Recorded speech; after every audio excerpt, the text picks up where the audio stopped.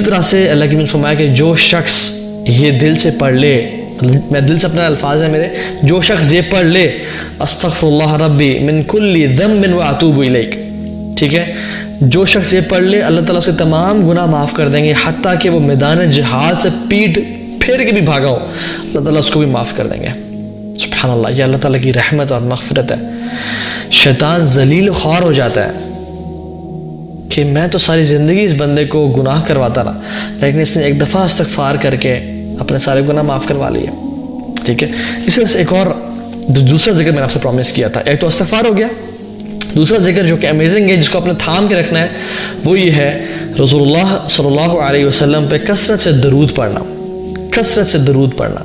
یہ بہت امیزنگ ذکر ہے. ایک صحابی آئے, انہوں نے کہا کہ وہ آ کے دعا مانگنا شروع ہو گئے, اور بہت نہ اللہ کی تعریف کی نہ درود بھیجا دعا.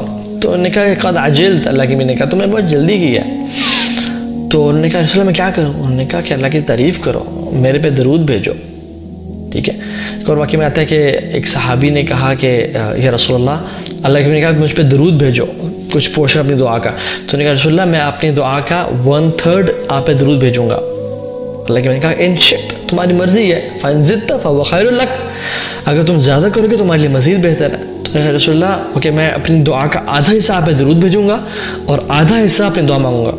آپ نے کہا ان شئت, تمہاری مرضی ہے, فَإِن زِدْتَ فَهُوَ خَيْرٌ لَكَ, اگر تم زیادہ کرو گے میرے مجھ پہ درود پڑھنا تمہارے لیے بہتر ہے.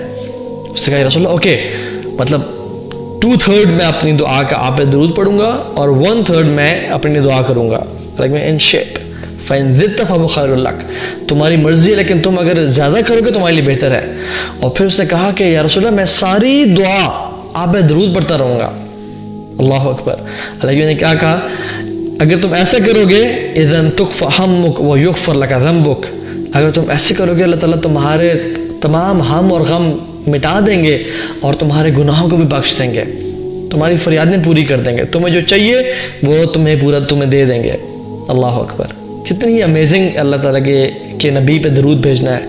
جو شخص اللہ تعالیٰ کے نبی پہ ایک دفعہ درود بھیجتا ہے اس کے 10 گناہ معاف ہوتے ہیں, 10 درجات بلند ہوتے ہیں اور 10 نیکیاں ملتی ہیں اسے. 10 نیکیاں ملتی ہیں, 10 گناہ معاف ہوتے ہیں اور 10 درجات بلند ہوتے ہیں. اور جنت کا ایک درجہ دوسرے درجے سے کتنا فاصلہ ہے, جیسے اس دنیا سے ستارے نظر آتے ہیں. حدیث کے مطابق دنیا سے ستارے نظر آتے ہیں, اتنا ہی ڈسٹنس ہے ایک درجے کا اگلے اوپر والے درجے کا. تو 10 درجات بلند ہوتے ہیں. اور اسپیشلی آج تو فرائیڈے کا دن تھا, تو فرائیڈے کے دن تو کثرت سے اللہ کے نبی پہ درود بھیجنا چاہیے, کیونکہ حدیث میں آتا ہے, ایک حدیث میں آتا ہے کہ اللہ تعالیٰ مجھ میں روح ڈالتے ہیں اور درود پڑھنے والے کا درود مجھ تک پہنچایا جاتا ہے. اللہ اکبر. اللہ کے نبی تک درود پڑھنے والے کا درود پہنچایا جاتا ہے. سبحان اللہ. کتنی امیزنگ بات ہے کہ اللہ کے نبی تک ہمارا اور آپ کا درود پہنچایا جائے. اس سے امیزنگ بات کیا ہو سکتی ہے. میں انشاءاللہ توبہ کر لوں گا جی. دیکھیں نا جی, اللہ نے جب ہدایت لکھی ہوئی اللہ مل جائے گی جی, آپ کو بھی مل گئی, ہمیں بھی مل جائے گی. بہت سے لوگ جن کو ہدایت نہیں ملتی, بہت سے لوگ ہیں جن کو اللہ تعالیٰ جن کا ویٹ کرتے ہیں, تم میری طرف ایک قدم بڑھاؤ میں تمہاری طرف 10 قدم بڑھاؤں گا, تم چل کے آؤ. انیشیشن جو ہے وہ انسان نے خود کرنی ہے. یہ نہیں کہ اللہ تعالیٰ ہدایت دیں گے. تو ہدایت ڈیفینیٹلی اللہ تعالیٰ سے ایک تحفہ ہے, لیکن کوشش کرنے سے ملتی ہے. وَالَّذِينَ جَاهَدُوا فِينَا لَنَهْدِيَنَّهُمْ سُبُلَنَا, جو اللہ تعالیٰ کے راستے میں جہاد کرتا ہے, مینس کوشش کرتا ہے اللہ تعالیٰ کی طرف آنے کی, پھر اللہ اس کو راستہ دکھاتے ہیں. إِنَّ سَعْيَكُمْ لَشَتَّى, تمہاری کوششیں مختلف ہیں.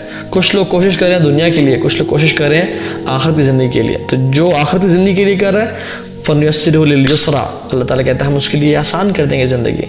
لیکن جو شخص کوشش نہیں کر رہا اس کی زندگی کو وہ اور مصیبتوں میں پھنسا جائے گا. ٹھیک ہے. سو دا پوائنٹ از استغفار کو اپنی زندگی میں بنا لیں. ایک سلف تھے, بڑی امیزنگ انہوں نے واقعہ بتایا, اور واقعہ تو نہیں نصیحت کی.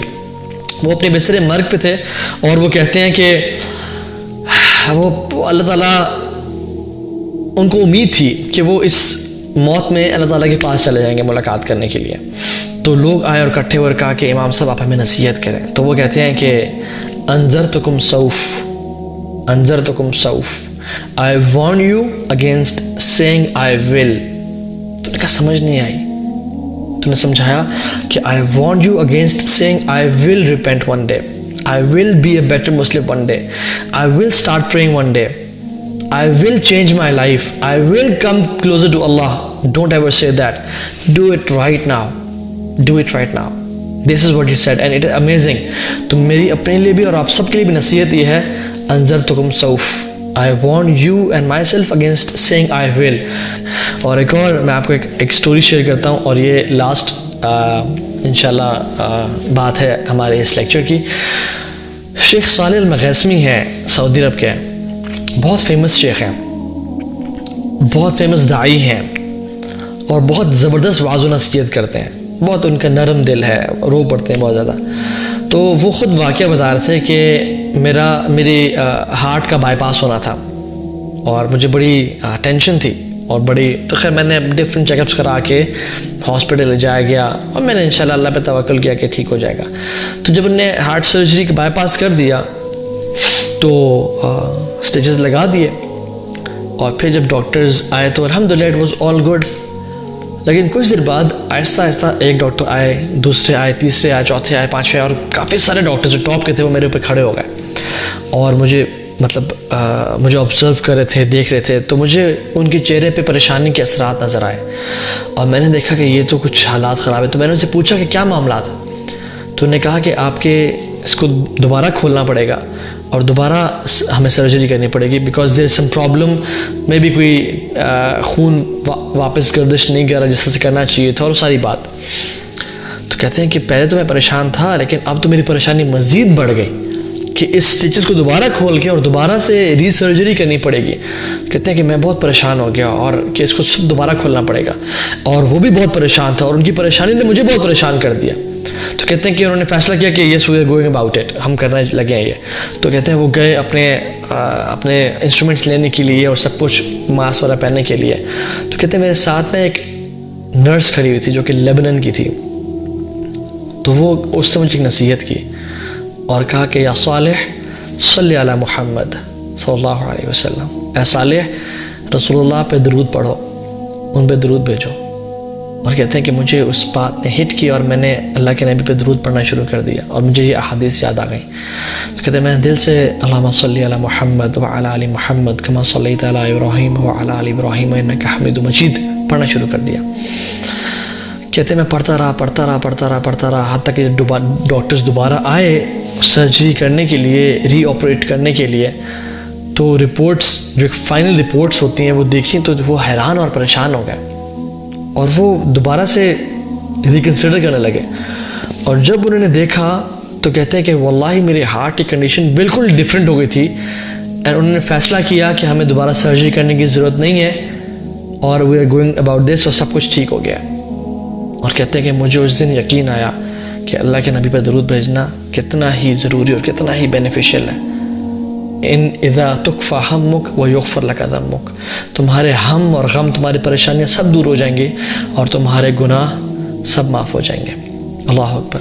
تو ہمیں جب بھی پریشان ہونا اللہ کے نبی پہ صلی اللہ علیہ وسلم درود کثرت سے پڑھا کریں, کیونکہ اللہ تعالیٰ اس پہ رحمتیں برساتے ہیں اس شخص پہ جو کہ اللہ کے نبی درود بھیجتا ہے, اور اسے راضی ہو جاتے ہیں, اس کی مشکلیں دور کر دیتے ہیں, اس کو رزق دیتے ہیں, اور اسے گناہوں کو معاف کر دیتے ہیں. ہمیں اور کیا چاہیے؟